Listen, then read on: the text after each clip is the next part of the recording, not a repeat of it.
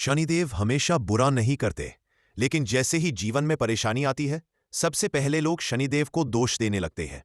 किसी की नौकरी चली जाए, व्यापार में घाटा हो, स्वास्थ्य बिगड़ जाए या रिश्तों में तनाव आ जाए, तो तुरंत कहा जाता है शनि भारी चल रहे हैं। पर क्या वास्तव में शनिदेव केवल कष्ट देने वाले देवता है? आज हम जानेंगे शनिदेव का असली सत्य, जो शास्त्रों में छिपा है और जिसे बहुत कम लोग समझते हैं। हिंदू धर्म में शनिदेव को कर्मफल दाता कहा गया है। वे किसी के शत्रु नहीं हैं, न ही बिना कारण किसी को दंड देते हैं। शनिदेव न्याय के देवता है। वे हमारे कर्मों को देखते हैं, हमारे आचरण को परखते हैं और उसी के अनुसार हमें फल प्रदान करते हैं। शास्त्रों में स्पष्ट कहा गया है कि शनि का उद्देश्य मनुष्य को कष्ट देना नहीं, बल्कि उसे सही मार्ग पर लाना है। जब व्यक्ति अहंकार, आलस्य, अन्याय और अधर्म में डूब जाता है, तब शनिदेव उसे रोकते हैं। वे जीवन में रुकावटें लाकर हमें सोचने पर मजबूर करते हैं। बहुत कम लोग जानते हैं कि शनि की दशा कई लोगों के लिए वरदान भी बनती है।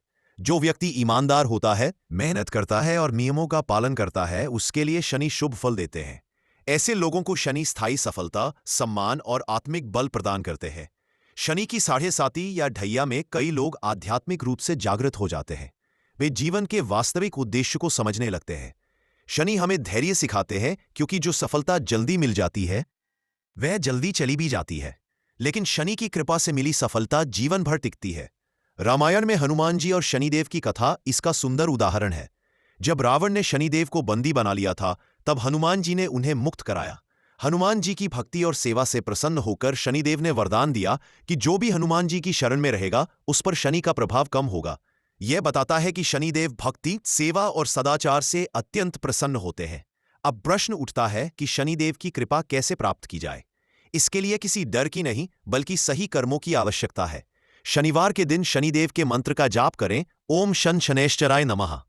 जरूरतमंदों की सहायता करें और दान करें। काले तिल, कंबल, लोहा या भोजन का दान विशेष फल देता है। माता पिता, बुजुर्गों और मेहनत करने वाले लोगों का सम्मान करें। शनिदेव इन्हीं से शीघ्र प्रसन्न होते हैं। हनुमान जी की उपासना करें और नियमित रूप से हनुमान चालीसा का पाठ करें।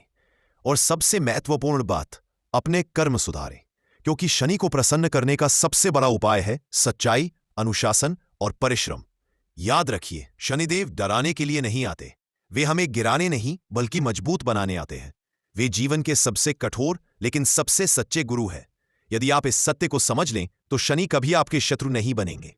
वे आपके मार्गदर्शक बन जाएंगे। जय शनिदेव, धर्म की जय हो।